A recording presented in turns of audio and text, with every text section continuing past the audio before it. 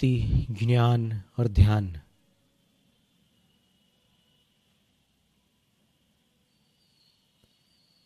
तीनों की आवश्यकता है। और तीनों एक दूसरे के शत्रु नहीं है, पूरक है।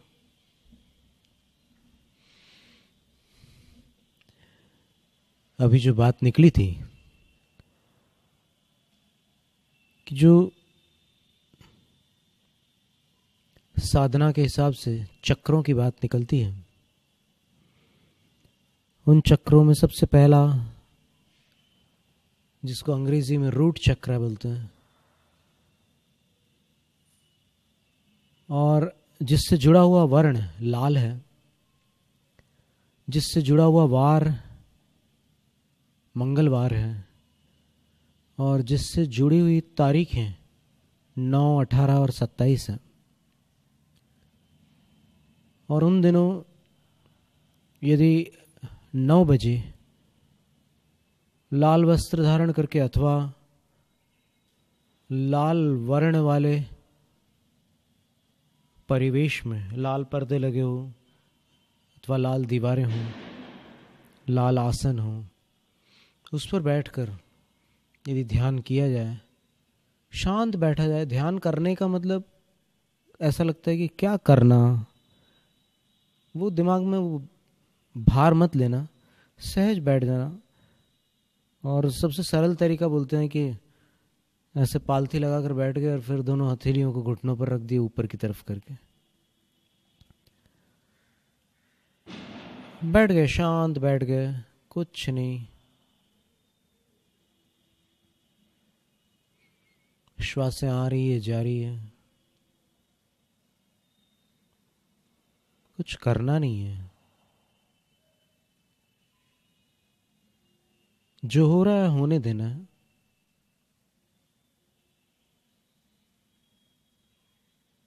धड़कनें भी चल रही हैं, श्वासों की अपनी गति है, धड़कनों की अपनी गति है, और विचारों की अपनी गति है। सब कुछ चालू है। लगता है कि अपन चला रहे हैं, और हकीकत ये है कि सब चल रहा है।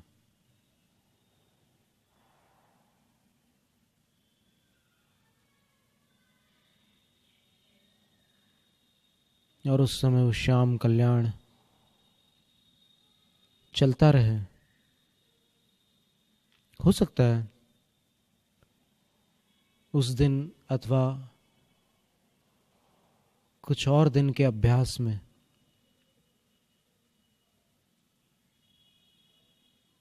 अलग अलग सा लगने लगे।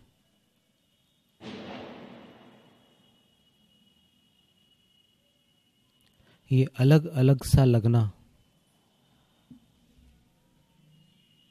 बदलाव की पहचान है। और साधना बदलाव का मूल है। बदलने के लिए साधना की जाती है, ज्यों का त्यों रहने के लिए नहीं। क्या बदलना है, किसको बदलना है? अपने गलत ढंगों को, अपनी आदतों को, अपने आग्रहों को और अपनी धारणाओं को।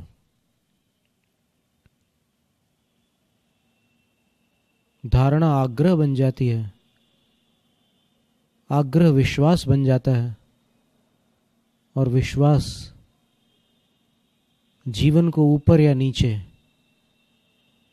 नचाने में सक्षम हो जाता है।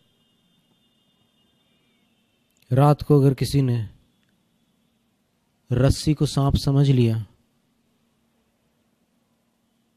तो असली सांप होने पर जो स्थिति होती है, वो स्थिति उसकी हो सकती है। भले वहां सांप न हो, पर उसका विश्वास है, तो उसके विश्वास से उसके अंदर वही प्रतिक्रिया होगी जो वास्तविक सर्प के होने पर होती है। इसलिए ध्यान में या साधना में, इन सब को बदलना होता है। अपनी स्टाइल्स को बदलने की जरूरत नहीं, स्टाइल्स अपने आप बदलेंगी। किसी पर प्रभाव जमाने की आवश्यकता नहीं है।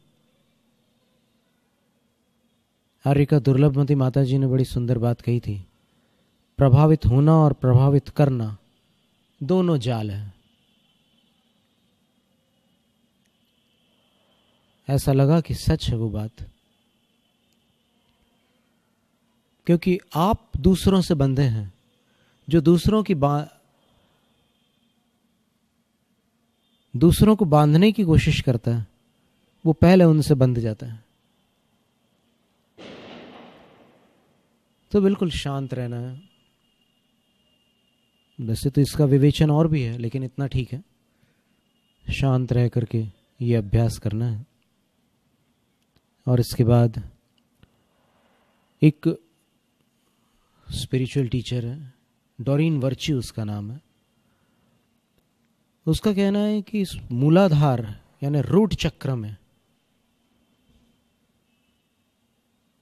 क्या होता है, इससे संबंधित मनुष्य के कौन से भाव होते हैं। तो जो भी उनने खोज की होगी वो हम आपके सामने बता रहे हैं। उनका कहना है कि दो भावनाओं को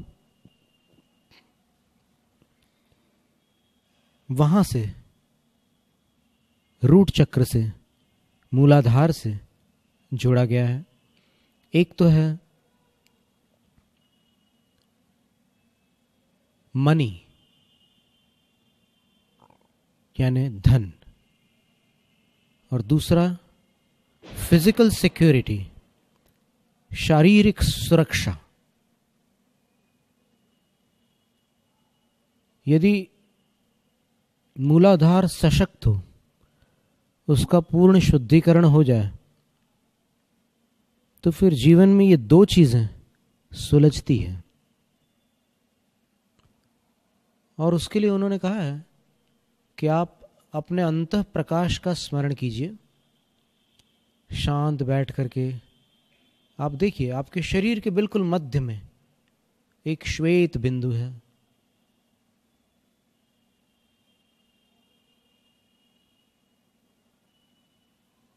या नहीं ये चिंताजनक नहीं है। इसमें उलझने की आवश्यकता नहीं है, लेकिन सिर्फ अपने को विजुअलाइज करना है, यानी एक धारणा बनानी है। क्योंकि आगे जो प्रक्रिया है उससे परिणाम अवश्य सामने आते हैं। तो एक श्वेत बिंदु है, अब वो श्वेत प्रकाश हो गया है।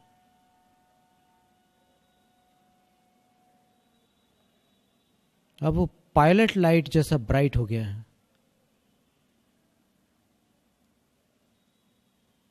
यानी बहुत अधिक उज्जवल हो गया है। और उस प्रकाश में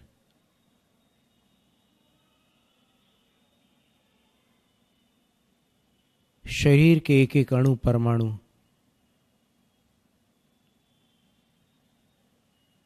प्रकाशित है।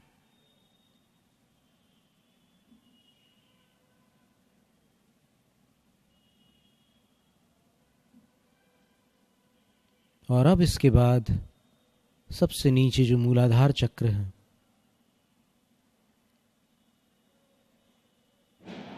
उस पर ध्यान ले जाना है। शरीर के जिस हिस्से पर अपना ध्यान जाता है वहां एक हलचली उत्पन्न होती है, सक्रियता आती है।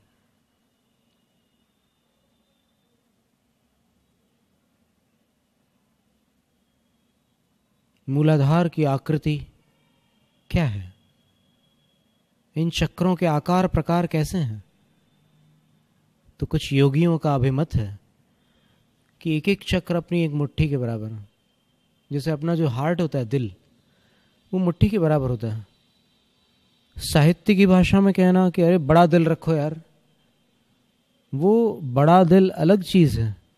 और यहाँ पर जो अपने इस अस्थि पंजर के अंदर हृदय है, वो अगर बड़ा हो जाता है तो फिर डॉक्टर उसको एबनॉर्मल हार्ट बोलते हैं, एनलार्ज्ड हार्ट बोलते हैं, बढ़ा हुआ हृदय कहते हैं, और वो स्वास्थ्य के लिए खतरनाक होता है। तो बड़ा हुआ दिल का मतलब अपने भाव उन्नत रखने की बात है। तो ये जो मुट्ठी बराबर हृदय है, उसी प्रकार ये सारे चक्र जो है ऊर्जा के वॉर्टेक्स हैं, भंवर जिसको कह सकते हैं। जैसे आपने कभी देखा हो गंगा नदी में, यमुना या और किसी भी नदी में, कभी कभी पानी ऐसे ऐसे तेजी से घूमता है और ऐसे अंदर की तरफ गड्ढा जैसा हो जाता है, पानी के तल पर एक ऐसे गड्ढा जैसा बन जाता है। तो ये जो ऊर्जा के भंवर हैं, इनको वो लोग चक्र बोलते हैं। और अभी ऑरा वीडियो स्टेशन एक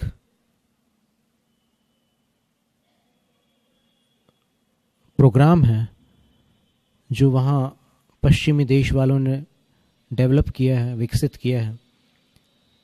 और उसमें क्या होता है कि अपन ऐसे हाथ रख लेते हैं तो उन हाथों से वो सारे चक्रों की ऊर्जा नाप करके आपको 23 पेज का एक रिपोर्ट दे देते हैं। और उसमें आपकी प्रकृति और सारी बहुत सारी जानकारियाँ, जैसे आप तारीख, स्थान और समय डाल दो तो फिर वो कुंडली सॉफ्टवेयर्स में आपकी जन्म पत्रिका और उसके साथ और दुनिया भर की जानकारियाँ आती है। यद्यपि गणित बहुत बारीक है, इसलिए कई बार जानकारियों में चूक भी होती है, लेकिन वो ऑरा वीडियो स्टेशन में भी ऐसी कुछ 23 पन्नों की रिपोर्ट आती है। किसी का येलो ऑरा होता है ज़्यादा, उसमें पीला रंग होता है, किसी के में ऑरेंज होता है, अलग अलग कलर्स की प्रधानता होती है आभा में। और कहते हैं कि जामुनी और श्वेत आभा बहुत निर्मल होती है, बहुत दुर्लभ भी होती है, बड़ी मुश्किल से किसी साधक में वैसी आभा देखने को मिलती है। तो खैर अभी अपन बात कर रहे हैं मूलाधार की। तो मूलाधार में जैसे राग श्याम कल्याण में अपन ने कुछ एक आध दो रचनाएं गाने की कोशिश की। पता नहीं, बहुत ज़्यादा हमारा संगीत का अभ्यास भी नहीं है और अध्ययन भी नहीं है, इसलिए हो सकता है इसमें कहीं कोई भूल चूक हो। और यदि ऐसी बात हो तो फिर कोई अगर हमें सूचना करे तो फिर उस ज्ञान का हम स्वागत करेंगे। तो रूट चक्र, मूलाधार, श्याम कल्याण राग से संबंधित इस स्वरों की भिन्नता से परिणामों में भिन्नता आ जाती है, असर बदल जाते हैं। और भक्ति गीत गाते समय किसी फिल्मी तर्ज पर या डिस्को ट्यून पर गाओगे तो फिर अलग तरह के विचार आते हैं गाते गाते या सुनते सुनते भी। किसी भजन को गाते गाते भी किसी के मन में नाचने की इच्छा हो जाती है, और उसी भजन को किसी दूसरे प्रकार से गाते हैं तो एकदम मन शांत हो जाता है, आंखें बंद हो जाती है, एक अजीब सी दुनिया में खो जाते हैं। और कभी उसी भजन को किसी तीसरे राग में गाया जाए तो फिर आंखों से आंसू भी आने लग जाते हैं, आंखों से आंसू आने लग जाते हैं, और फिर एकदम दिशा ही बदल जाती जीवन की। तो ये नकारा नहीं जा सकता इस बात को कि इन ध्वनि तरंगों का बड़ा गहरा असर है मनुष्य के विचारों पर। और जो संगीत बिल्कुल नहीं जानता उसको भी एक गाना अच्छा लगता है, दूसरा गाना पसंद नहीं आता। इसका मतलब क्या है? उसने कुछ भी नहीं सीखा, सारे गामा पता नहीं, उसको पता नहीं सा किसको कहते हैं, कोई थ्योरेटिकल स्टडी नहीं, लेकिन फिर भी उसको एक गीत पसंद है, एक नहीं पसंद है। क्या कारण है? कुछ तो है कि उसमें अच्छा लग रहा है उसको और इसमें उतना अच्छा नहीं लग रहा है। पसंद करना और न पसंद करने का मतलब क्या है? अच्छा लगे तो पसंद आ जाए, न लगे तो पसंद नहीं आए, सीधा सा गणित है। तो कुछ तो है उसका। तो अपने मस्तिष्क में और अपने ज्ञान में, अपनी चेतना में, अपने अंतःकरण में कुछ ऐसी सुषुप्त शक्तियां हैं, सोई हुई हैं, पर समय पर काम करती, अपने को पता भी नहीं चलता कि कैसे काम कर गई। लर्निंग स्ट्रेटजीज कॉरपोरेशन मिनेसोटा के जो एक प्रधान अध्यापक हैं पॉल आर शीली, और वहाँ के जो प्रमुख हैं वो भी बड़े भारी विद्वान हैं। इनका कहना है कि अपना मस्तिष्क 1 मिनट के अंदर 90,000 जानकारियों में भ्रमण करने में समर्थ होता है। और अभी अपन ऐसे गिनने बैठो 1 मिनट तक तो फिर 10-12 गिन पाओगे और उसके बाद फिर समझ में नहीं आएगा कि क्या हुआ। लेकिन उन 10-12 तक पहुंचने में कहाँ कहाँ वो भटक चुका है और कितनी कुछ घटनाएं अंदर हो चुकी है वो अपने समझ में नहीं आती। उन लोगों ने वो चीज़ निकाली है ढूंढ करके, और उन क्षमताओं में से अधिकांश क्षमताएं तो काम में नहीं आ रही है, अपन ले नहीं रहे हैं काम में, इसलिए वो ठंडी पड़ी हुई है। पर उनको यदि जागृत किया जाए तो कोई भी मनुष्य, फिर से सुन लीजिए, कोई भी मनुष्य, उनका कहना है कोई भी मनुष्य जागृत कर ले, कुछ अभ्यास कर ले, कुछ श्रम कर ले, तो फिर थोड़े ही दिनों में अद्भुत क्षमताओं से संपन्न हो जाता है, प्रकट हो जाती है। वो थी तो पहले से अपने पास, पैकेज में तो सब कुछ था। एक कंप्यूटर होता है, उसमें कितनी क्षमता होती है, और ऐसे चालू करो नया खरीद कर तो फिर लगता है कि इसमें तो कुछ भी नहीं है। फिर एक एक सॉफ्टवेयर इंस्टॉल करते जाओ और अलग अलग तरीके से उसको ऑपरेट करते जाओ, तो फिर पता चलता है कि इसमें तो दुनिया के काम होते हैं। वीडियोग्राफी हो सकती है, एनिमेशंस हो सकते हैं, स्टूडियो के काम हो सकते हैं, ऑडियोज़ के काम हो सकते हैं, और अलग अलग तरह के काम हो सकते हैं। राइटिंग हो सकती है, चित्रकला भी हो सकती है, सारी चीज़ें हो सकती है। वो जब उसमें जाते हैं तब पता चलता है। उसी प्रकार लुईस एल हे का कहना है कि हर इंसान एक कंप्यूटर है, लेकिन जो इंसान खुद पर खफा है, बार बार काम करना चाहता है लेकिन काम नहीं होता, तो फिर ऐसे मुट्ठी बंद करके ऐसे मारता है अपने घुटने पर या अपने आप ऊपर, और कई बार ऐसे सिर ठोकता है, खुद को कोसता है कि क्या बदनसीब हो तुम।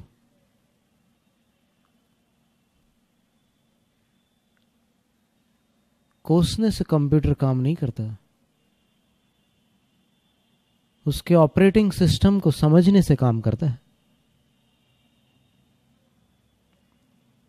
हर कोई एक अद्भुत कंप्यूटर है, उसको ये देखना है कि मेरे कौन से सॉफ्टवेयर्स एक्टिवेटेड हैं, यानी मेरे अंदर कौन सी क्षमताएं ऐसी हैं जो मैं साथ लेकर के आया हूं जन्मजात।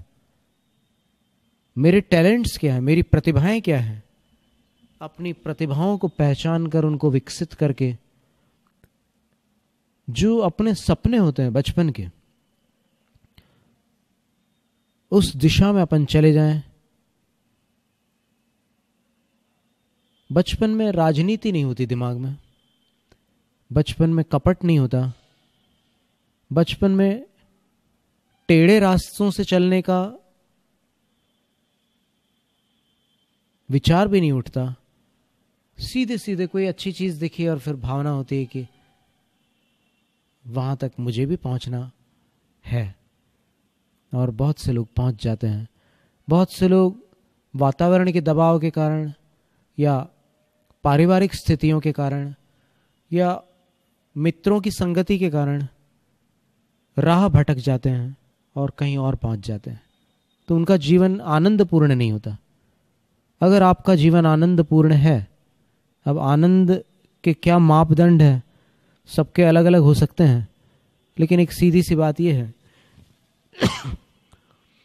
कि अगर आपको ऐसा लग रहा है कि मेरे जीवन में सुकून है, और वो सुकून ऐसा सुकून हो कि जिसके लिए किसी का सहारा ना लेना पड़े, क्योंकि सहारा लेकर मिलने वाला सुकून सहारा हटने पर गम में बदल जाता है।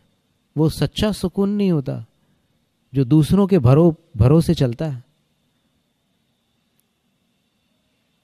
तो अगर उस सुकून को आप पाना चाहते हैं तो फिर अपने अंदर झांक करके देखना होगा, अपनी क्षमताओं को पहचानना होगा और उनको सही दिशा देनी होगी। मूलाधार की बात हुई, शारीरिक सुरक्षा और धन का इससे ऊर्जात्मक संबंध है। जैनम जयतु शासनम, जैनम जयतु शासनम, जैनम जयतु शासनम। परंपरा को आगे बढ़ाने का संकल्प है हमारा, क्योंकि आपकी उम्मीद पर टिका है परिवार हमारा। अमर भारती एक उम्मीद, जज्बा बुलंद हौसलों का, जज्बा भारत के निर्माण का।